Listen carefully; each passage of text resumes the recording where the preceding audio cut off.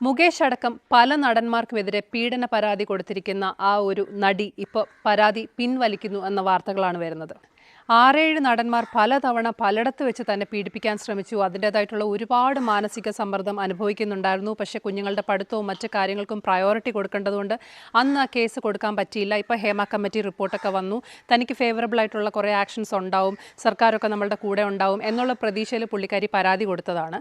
പക്ഷേ ഇപ്പോൾ പുള്ളിക്കാരി പരാതി പിൻവലിക്കുന്നു. റീസൺ എന്താണെന്ന് വെച്ച് കഴിഞ്ഞാൽ പുള്ളിക്കാരിക്കെതിരെ ഒരു ഫാബ്രിക്കേറ്റഡ് കേസ് വന്നു. അതിന് പ്രോപ്പറായ അന്വേഷണം ഗവൺമെൻറ്റിൻ്റെ ഭാഗത്തുനിന്ന് നടക്കുന്നില്ല എന്നാണ് അവർ പറയുന്നത്. അപ്പോൾ എനിക്ക് ചേച്ചിയോട് ചോദിക്കാനുള്ള കുറച്ച് കാര്യങ്ങൾ. പിന്നെയും ചേച്ചി പറയുന്ന വേറൊരു റീസൺ എന്താണെന്ന് പറഞ്ഞു കഴിഞ്ഞാൽ ചേച്ചിയെ ഒരുപാട് പേര് സമൂഹ മാധ്യമങ്ങളിലിട്ട് അധിക്ഷേപിക്കുന്നു, കൂട്ടിക്കൊടുപ്പുകാരി അങ്ങനെയുള്ള പല പേരുകൾ യൂസ് ചെയ്ത് അധിക്ഷേപിക്കുന്നു എന്ന് പറയുന്നു. അപ്പോൾ എനിക്ക് ചോദിക്കാനുള്ളൊരു കാര്യം എന്ന് പറഞ്ഞു കഴിഞ്ഞാൽ നിങ്ങൾ ഇത്രയും നടന്മാർക്കെതിരെ കൊടുത്തിരിക്കുന്ന ഈ ഒരു പരാതി നിങ്ങൾക്ക് തോന്നുന്ന സമയത്ത് അങ്ങനെ അങ്ങ് പിൻവലിക്കാൻ പറ്റുമോ?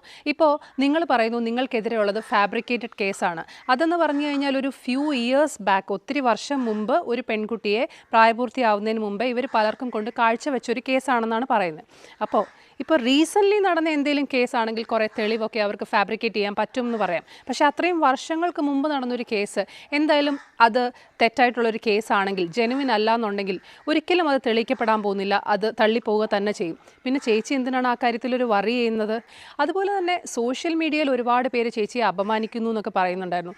ചേച്ചിയെ ഇത്രയും പേര് റേപ്പ് ചെയ്യാൻ ശ്രമിച്ചു എന്നൊക്കെയുള്ള ഒരു കാര്യം ചേച്ചി വന്ന് സമൂഹ മാധ്യമത്തിൽ ഇരുന്ന് പറയുന്നത് ഞങ്ങളെല്ലാവരും കേട്ടതാണ്. ഓക്കെ, ചേച്ചിക്ക് അത്രയ്ക്ക് നാണോ മാനോ ഉള്ള രീതിയിലൊന്നും അല്ല ചേച്ചി അത് പറഞ്ഞത്. ചേച്ചി അത് എക്സ്പ്ലെയിൻ ചെയ്യുന്ന ഒരു രീതിയൊക്കെ കണ്ടു കഴിഞ്ഞാൽ നമ്മളൊരു ഏപ്പടം കാണുന്ന പോലത്തെ ഒരു ഫീലായിരുന്നു നമ്മളത് കേട്ടോണ്ടിരിക്കാനായിട്ട്. ഒരുപാട് പേര് അവരുടേതായിട്ടുള്ള ഇതുപോലത്തെ പല അനുഭവങ്ങളും വന്ന് മീഡിയയിലൊക്കെ ഷെയർ ചെയ്തിട്ടുണ്ട്. പക്ഷേ അവർ വളരെ സഭ്യമായ ഭാഷയിൽ സഭ്യമായ രീതിയിലാണ് അത് അവതരിപ്പിച്ചത്. പക്ഷേ ചേച്ചി അങ്ങനെ അല്ലായിരുന്നു അത് അവതരിപ്പിച്ചത്. അപ്പോൾ അത് പറയുമ്പോൾ ചേച്ചി അങ്ങനെ വന്നിരുന്നു അത്രയും ലാഘവത്തോടു കൂടി അത് പറയുമ്പോൾ അവർക്കും അവരുടെ ഫാമിലിയിലും ഇതുപോലത്തെ പ്രശ്നങ്ങളൊക്കെ ഉണ്ട്. ഇത് തെളിയിക്കപ്പെട്ടിട്ടില്ല ഇതുവരെ. ഇത് തെളിയിക്കപ്പെട്ട് കഴിയുമ്പോഴാണല്ലോ അവർ കുറ്റക്കാരാവുന്നത്. അപ്പോൾ അവരുടെ ഫാമിലിയിലും ഇതുപോലത്തെ പ്രശ്നങ്ങൾ, അവരും ഇതുപോലത്തെ പല പ്രശ്നങ്ങൾ അനുഭവിച്ചിട്ടുണ്ട്. അതുപോലെ തന്നെ അവർക്ക് ജാമ്യം എടുക്കാൻ പോകേണ്ടി വന്നു. ഇത്രയും ദിവസം ചേച്ചി കാരണം അവരനുഭവിച്ച കുറേ കാര്യങ്ങളുണ്ട്. അപ്പോൾ പരാതി ശരിയോ തെറ്റോ, പക്ഷേ അവരനുഭവിച്ച ആ ഒരു സംഭവം ചേച്ചി പെട്ടെന്നൊരു സുപ്രഭാതത്തിൽ ഇങ്ങോട്ട് വന്നിട്ട് ഞാൻ പരാതി പിൻവലിക്കുക എന്ന് പറഞ്ഞാൽ അത് ശരിയാവത്തില്ലല്ലോ ചേച്ചിയെ.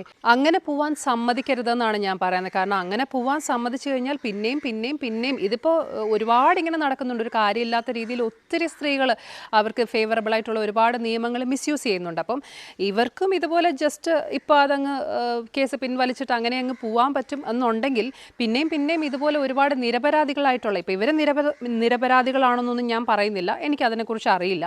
സോ അങ്ങനെ നിരപരാധികളായിട്ടുള്ള ഒരുപാട് ആൾക്കാരുടെ പേരിലൊക്കെ ഇതുപോലെ കേസ് കൊടുക്കാനൊക്കെ ഉള്ള ഒരു ടെൻഡൻസി പിന്നെയും ആൾക്കാർക്ക് കൂടും.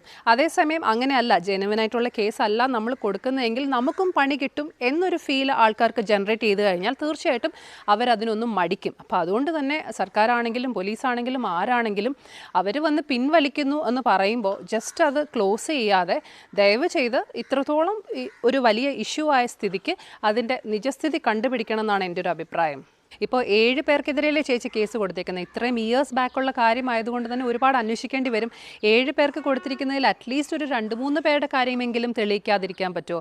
തെളിയിക്കാൻ പറ്റും ചേച്ചി. ആ പറഞ്ഞ കാര്യങ്ങളൊക്കെ ജെനുവിൻ ആണെങ്കിൽ തെളിയിക്കാൻ പറ്റും. ഇപ്പോൾ ചേച്ചി പറയുന്നൊരു കാര്യമുണ്ട്, ചേച്ചിയുടെ കയ്യിൽ ചേച്ചിയെ പറ്റിയുള്ള തെളിവുകളൊന്നുമില്ല പണ്ട് നടന്നതിൻ്റെ ഒന്നും. പക്ഷേ ചേച്ചി ഈ കേസ് ഉന്നയിച്ചതിന് ശേഷം ഒരുപാട് പേര് അവരുടേതായിട്ടുള്ള കുറേ അനുഭവങ്ങളുടെ കുറേ വീഡിയോയും കാസറ്റും ഒക്കെ അയച്ചു കൊടുത്തതിൻ്റെ തെളിവുകളൊക്കെ ചേച്ചിയുടെ ഉണ്ടെന്നാണ് പറയുന്നത്. ചേച്ചി ഒരു കാര്യം മനസ്സിലാക്കണം, അത് ചേച്ചിയുടെ കേസുമായിട്ട് ബന്ധമുള്ളൊരു കാര്യമല്ല. ചേച്ചി പറയുന്നു ഈ ആളുകൾ ഇങ്ങനെയാണെന്ന് തെളിയിക്കാനായിട്ടുള്ള കുറച്ച് സംഭവമായിട്ട് വേണമെങ്കിൽ അത് ഉപയോഗിക്കാം എന്നുള്ളതല്ലാതെ ചേച്ചിക്ക് ഇത് സംഭവിച്ചു എന്ന് തെളിയിക്കണമെങ്കിൽ അതിൻ്റേതായിട്ടുള്ള പ്രത്യേകിച്ച് ഉള്ള തെളിവുകളും കാര്യങ്ങളും ഒക്കെ വേണം. അപ്പോൾ ചേച്ചി പറഞ്ഞത് ജെനുവിൻ ആണെന്നുണ്ടെങ്കിൽ തീർച്ചയായിട്ടും അത് തെളിയിക്കപ്പെടും. ആദ്യം തൊട്ടേ ഇവർ ഭയങ്കര വിശ്വസിക്കാൻ പറ്റുന്ന ഒരു ലേഡിയാണെന്നൊന്നും എനിക്ക് തോന്നിയിട്ടില്ല. കാരണം എന്താണെന്ന് വെച്ച് കഴിഞ്ഞാൽ ഒരു പ്രാവശ്യം ഒരു ഇൻ്റർവ്യൂവിൽ വന്നിരുന്നത് എനിക്കിതുപോലെ കുറേ അനുഭവങ്ങൾ ഉണ്ടായിട്ടുണ്ടെന്ന് പറയുകയല്ലായിരുന്നു. അവർ ഓരോ ദിവസം വന്നൊരു പുതിയ ആൾക്കാരുടെ പേര് പറഞ്ഞ ഒരു ഗെയിം പോലെ ഒരു ഫൺ രീതിയിലൊക്കെ ആയിരുന്നു ഇത് കൈകാര്യം ചെയ്തുകൊണ്ട് പോയിക്കൊണ്ടിരുന്നത്.